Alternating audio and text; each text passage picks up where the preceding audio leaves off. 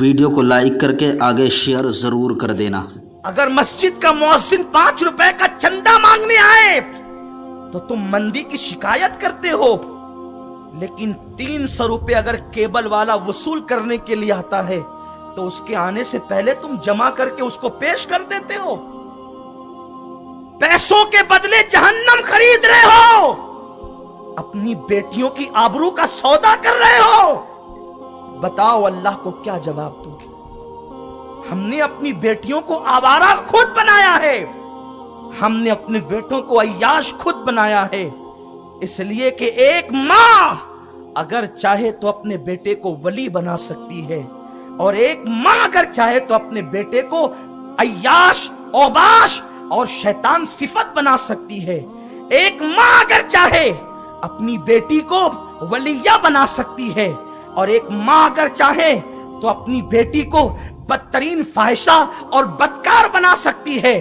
آؤ میں تمہیں بتاؤں، میری بات کو بہت سیریس لینا، اور میں الفاظ کے نشیب و فراز میں ڈوبنے اور ڈبانے کا عادی نہیں، میں جو کہہ رہا ہوں اپنا درد دل پیش کر رہا ہوں۔ میری قوم، تم پر مندی کے بادل منڈلا رہے ہیں، دنیا تمہیں مٹانے کا پلان کر چکی ہے، دنیا تمہاری بیٹیوں کو خرید کر لوجوں میں ان کی آبرو لوٹ رہی ہے۔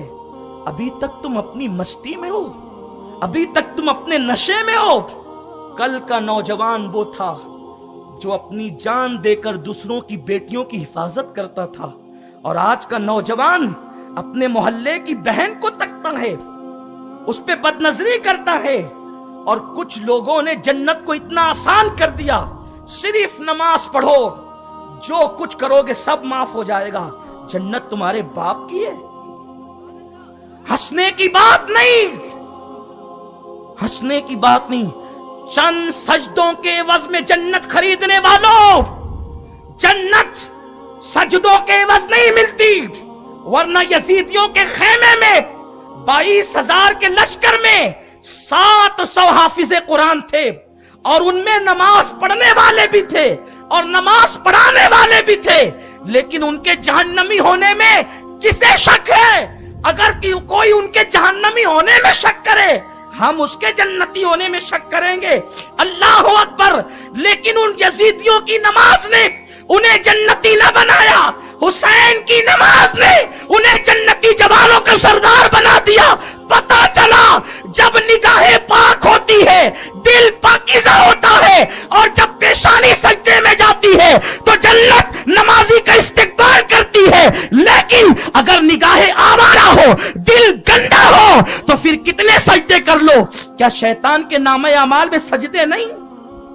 خدا کی عزت کی قسم، ہمیں علامہ ہونے پہ ناز نہیں، ہم تو غوث الاعظم کے در کے سگ ہیں اور دین کے طالب علم ہیں، لیکن شیطان کے نمازی ہونے پر ہم قرآن کی آیتیں بھی پڑھ سکتے ہیں اور حدیثیں بھی پیش کر سکتے ہیں۔ اٹھا کے دیکھو، ابن عباس سے لے کر صاحب ضیاء القرآن تک ساری تفسیریں اٹھا کر دیکھو۔ جب اللہ نے کہا اسجد لآدم، آدم کو سجدہ کرو، اس نے کہا تجھے 1000 کروں گا، آدم کو 1 نہیں کروں گا۔ پتا چلا دل پاک نہ تھا، نگاہیں پاک نہ تھی، اس لیے جنت کو 2 رکعت کے عوض بیچا نہیں جا سکتا۔ اقبال جیسا مفکر کہتا ہے، زبان سے کہہ لیا لا الہ تو کیا حاصل، وہ قلندر لاہوری پر میں قربان، وہ بڑی پتے کی بات کہتا ہے۔ نگاہ زبان سے کہہ لیا لا الہ تو کیا حاصل، دل و نگاہ مسلمان نہیں تو کچھ بھی نہیں۔ اگر کلمہ پڑھو تو کلمے کے تقاضے پورے کرو، نماز پڑھو تو نماز کے تقاضے پورے کرو۔ آج مسجدیں بھری ہے، لیکن مسجد میں نماز پڑھنے والا باہر آ کے سود کیوں کھا رہا ہے؟ مسجد میں نماز پڑھنے والا باہر آ کے لڑکی کیوں چھیڑ رہا ہے؟ مسجد میں نماز پڑھنے والا گھر میں آ کر سیریل کیوں دیکھ رہا ہے؟ میرے اور آپ کے رسول غیب دا نبی نے فرمایا، جن کی نماز انہیں گناہوں سے نہیں روکتی، ان کی نماز انہیں اللہ سے دور کر دیتی ہے۔ جنت کو اپنے باپ کی جاگیر نہ سمجھنا، جنت اللہ کی نعمت ہے۔ है वो सजदों की बुनियाद पर उस वक्त मिलेगी जब निगाहें पाक होगी और दिल इश्क रसूल का मदीना बन जाएगा, दिल इश्क मुस्तफा का गंजीना बन जाएगा। अरे जिनके दिल इश्क रसूल का गंजीना बना है उनके बारे में मेरे रसूल ने फरमाया, जानते हैं? सहाबा ने अर्ज़ किया था, आका आप तो अपनी ऊँटनी पर बैठकर जन्नत में जाएंगे। सरकार ने फरमाया, नहीं नहीं, मैं ऊँटनी पर बैठ के नहीं जाऊंगा, मेरी ऊँटनी तो क़यामत के दिन मेरी बेटी फातिमा के हवाले होगी और सज्जदा फातिमा उस पे बैठकर जन्नत में जाएगी। मेरे लिए तो अल्लाह बुराक का इंतजाम करेगा। और फरमाया, सुनते हो कि वो मेरा बिलाल है ना, बिलाल जिसका रंग पक्का है, बज़ाहिर जिसका रंग दुनिया काला कहती है, वो पक्के रंग का, मोटे होंठ का, बड़े दांत का बिलाल जब क़यामत में आएगा तो ऊंट पर बैठ कर आएगा और इस शान से आएगा कि वो अजान पढ़ता होगा। लेकिन अजान में जब वो अल्लाहु अकबर कहेगा तो दुनिया उसे देख रही होगी, अशहदु अल्ला इलाहा इल्लल्लाह कहेगा, दुनिया उसे तक रही होगी। और जब वो कहेगा अशहदु अन्ना मुहम्मदुर रसूलुल्लाह, जब वो कहेगा तो पूरा मैदान महशर बिलाल से सुनकर कहेगा अशहदु अन्ना मुहम्मदुर रसूलुल्लाह। गोया के कयामत का मैदान भी मुहम्मदुर रसूलुल्लाह की रिसालत से गूंज उठेगा। आज कोई कहे न कहे, वहां तो कहना होगा, आज ले उनकी पनाह, आज मदद मांग उससे, फिर न मानेंगे कयामत में अगर मान गया। अर्ज ये कर रहा था, आका ने फरमाया, जिसकी नमाज उसको गुनाहों से नहीं बचाती, उसकी नमाज उसको अल्लाह से दूर कर देती है।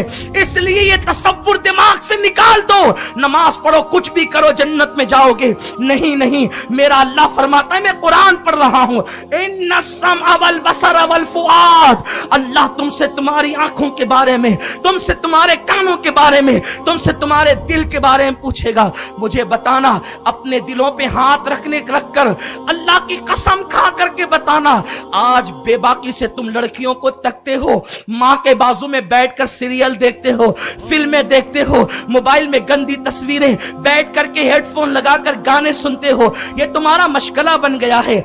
अगर अल्लाह पूछेगा मैंने कान इसलिए दिए थे कि तू गाना सुने, तेरे पास जवाब क्या हो? और मुसलमान, तेरे लिए ईमान रखना जरूरी है कि एक दिन वो दिन आएगा, एक वक्त वो लम्हात आएंगे कि अल्लाह तुझसे पूछेगा, मैंने तुझे आंख इसलिए दी थी कि तू मोहल्ले की लड़कियों को तके। आजकल माँ बाप अपनी जिम्मेदारी महसूस करें। हम इंसान हैं, जानवर नहीं है कि बच्चों को पैदा करके यूं ही रास्तों में छोड़ दें। मेरे जुमले तल्ख हो तो माफ करें, नश्तर जो लगाता है वो दुश्मन नहीं होता। इंसान वो है जो अपने बच्चे को पैदाइश से लेकर जवानी की दहलीज तक तरबियत करता है। ये तरबियत के लम्हात ही तो हैं। जब बच्चा पैदा होता है तो अजान पड़ी जाती है। अजान क्यों पड़ी गई? अजान का मौका क्या है? कुछ लोगों को गलत फहमी है कि अजान सिर्फ नमाज के लिए पड़ी जाती है। अगर अजान नमाज के लिए पड़ी जाती है तो बच्चे के कान में अजान दी जाती है तो उसकी नमाज कौन सी? लोग समझते हैं कि वो नमाज जनाजा है। हम कहते हैं इससे भी कोई मजाक की बात होगी कि अजान 70 साल पहले हो और 70 साल के बाद जनाजे की नमाज हो, नमाज जनाजा 70 साल के बाद हो। अच्छा, सलमान रश्दी पैदा हुआ था तो अजान हुई थी, अब मरेगा तो क्या कोई उसकी नमाज पढ़ेगा? उस अजान की नमाज कौन सी?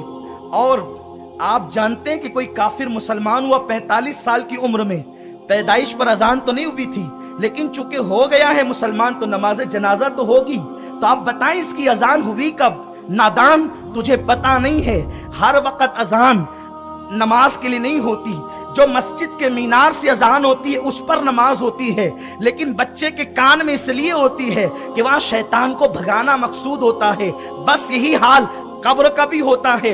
इधर बच्चा पैदा हो तो शैतान कचोके लगाता है, तो उसे भगाने के लिए रसूलुल्लाह ने फरमाया अजान दो। और उधर कब्र में जाता है तो शैतान कहता है जरा मुझे भी खुदा कह दे ताकि तू कामयाब हो जाए। तो आका ने फरमाया जब अजान होती है तो उस वक्त शैतान हवा खारिज करते भाग जाता है। तो बच्चा पैदा हुआ तो वहां सताने आया, अजान देकर भगा दिया।